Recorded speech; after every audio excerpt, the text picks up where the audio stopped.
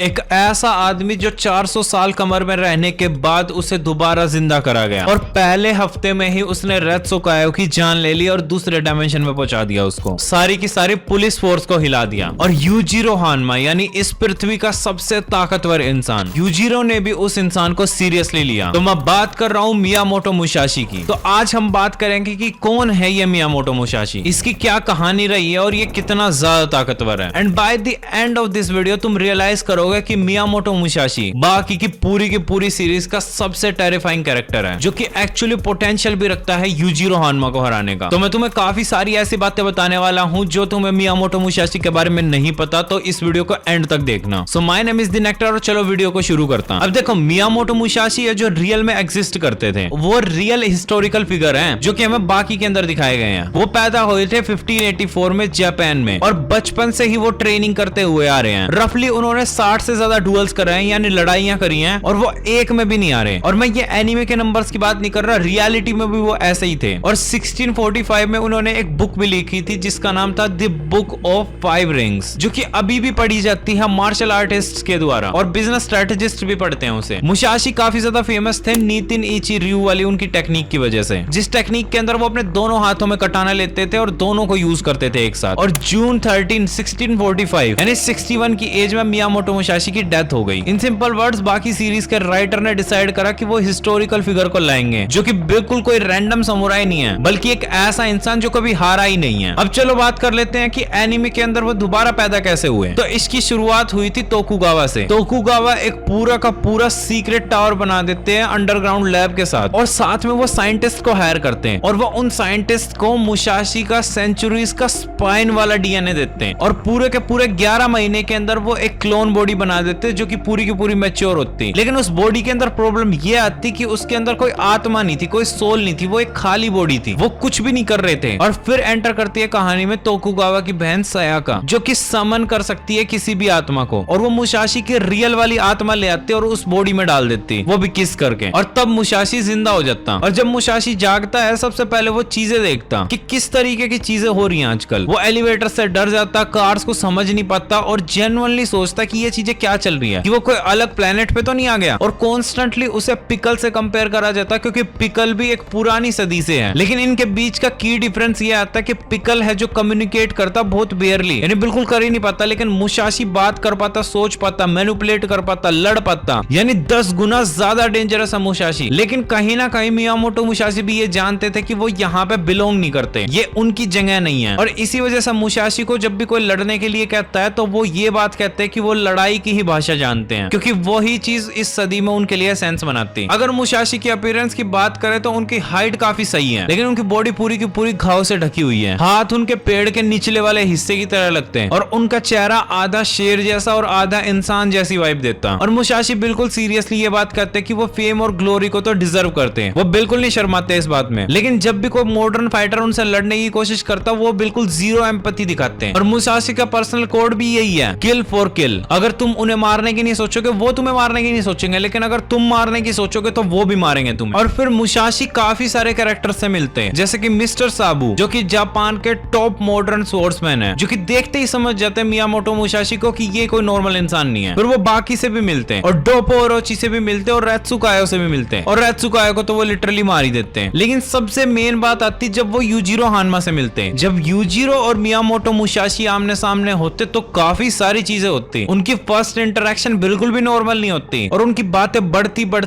और बढ़ती जाती और वो इन दी एंड लड़ाई में ही आ जाते हैं। मुसाशी इमेजिनरी स्वॉर्ड से यूजिरो पे हमला करने वाला था, लेकिन यूजिरो ये भी कह देता कि रियल वाली यूज कर, तो वो भी यूज करता है मुसाशी। लेकिन बीच में मोतोबे आके यूजिरो को बचा लेता और ऐसा कहा जाता कि यहाँ पे यूजिरो हानमा मर सकता था। टेक्निकली देखा जाए तो यह लड़ाई कभी भी पूरी नहीं हुई, लेकिन मुसाशी सेकंडों में खत्म कर सकता था। और अब बात कर लेते हैं मियामोटो मुसाशी की पावर्स की। सबसे पहले तो मैं बात करना पसंद करूंगा उसकी स्पीड की। मियामोटो मुसाशी को पूरी की पूरी सीरीज में सबसे फास्टेस्ट कैरेक्टर्स में से गिना जाता है, और कुछ लोग तो ये भी कहते हैं वो सबसे ज्यादा ही फास्ट है। साथ में वो सेनो सेन टेक्निक को यूज करते हैं, वो इंसानी दिमाग के सिग्नल्स को हाफ ऑफ द सेकंड में समझ लेते हैं। अगर ओपोनेंट अटैक करने वाला है उससे पहले काउंटर अटैक वो अपने दिमाग में सोच लेंगे। प्लस उनकी ग्रिप स्ट्रेंथ भी काफी ज्यादा ताकतवर है और ड्यूरेबिलिटी तो मेरे को बताने की जरूरत नहीं है। और साथ में मियामोटो मुसाशी इतना ज्यादा लीथल है कि अभी तक भी जितने हमले उन्होंने करे हैं पूरी की पूरी सीरीज के अंदर, ज्यादातर हमले सक्सेसफुल हुए हैं। तो सिंपली बाकी सीरीज के अंदर मियामोटो मुसाशी एक काफी ज्यादा ताकतवर साइड कैरेक्टर नहीं है, बल्कि वो एक सिंबल है जो कि पास्ट से प्रेजेंट में आया है। वो लड़ाई को कभी भी नहीं चुनता, लेकिन लड़ाई ने उन्हें चुन रखा है। और इसी बात को सुनने के बाद मैं तुम्हें बताना चाहता कि एक फाइटर में और वॉरियर में बहुत बड़ा डिफरेंस आता है। फाइटर एक ऐसा इंसान होता है जिसने लड़ाई को चुना होता, कॉम्बैट को चुना होता, और एक वॉरियर ऐसा इंसान होता है जिसकी एग्जिस्टेंस ही कॉम्बैट के लिए है, लड़ाई के लिए है। और इसी बात की वजह से मोतोबे है जो रिस्पेक्ट करता काफी ज्यादा मियामोटो मुसाशी की। मुसाशी जो भी करता वो कोई आर्ट नहीं है, कोई कला नहीं है, बल्कि वो एक सर्वाइवल है। क्या तुम्हें मियामोटो मुसाशी सबसे ज्यादा डरावना कैरेक्टर लगता है बाकी के अंदर? तो कमेंट सेक्शन में मेरे को जरूर बताना एक बार। अगर तुम्हें ये वीडियो पसंद आई तो लाइक शेयर सब्सक्राइब तो कर ही देना, लेकिन अगर तुम्हें मेरा चैनल पसंद आता तो ज्वाइन करने के बारे में जरूर सोचना एक बार, क्योंकि उससे मेरी काफी ज्यादा हेल्प होगी। और ज्वाइन नहीं कर सकते तो सब्सक्राइब जरूर कर देना, क्योंकि मैं 100 के पहुंचने की कोशिश कर रहा हूँ जल्दी से जल्दी। And thank you for watching this video, the next this side, and I am signing of.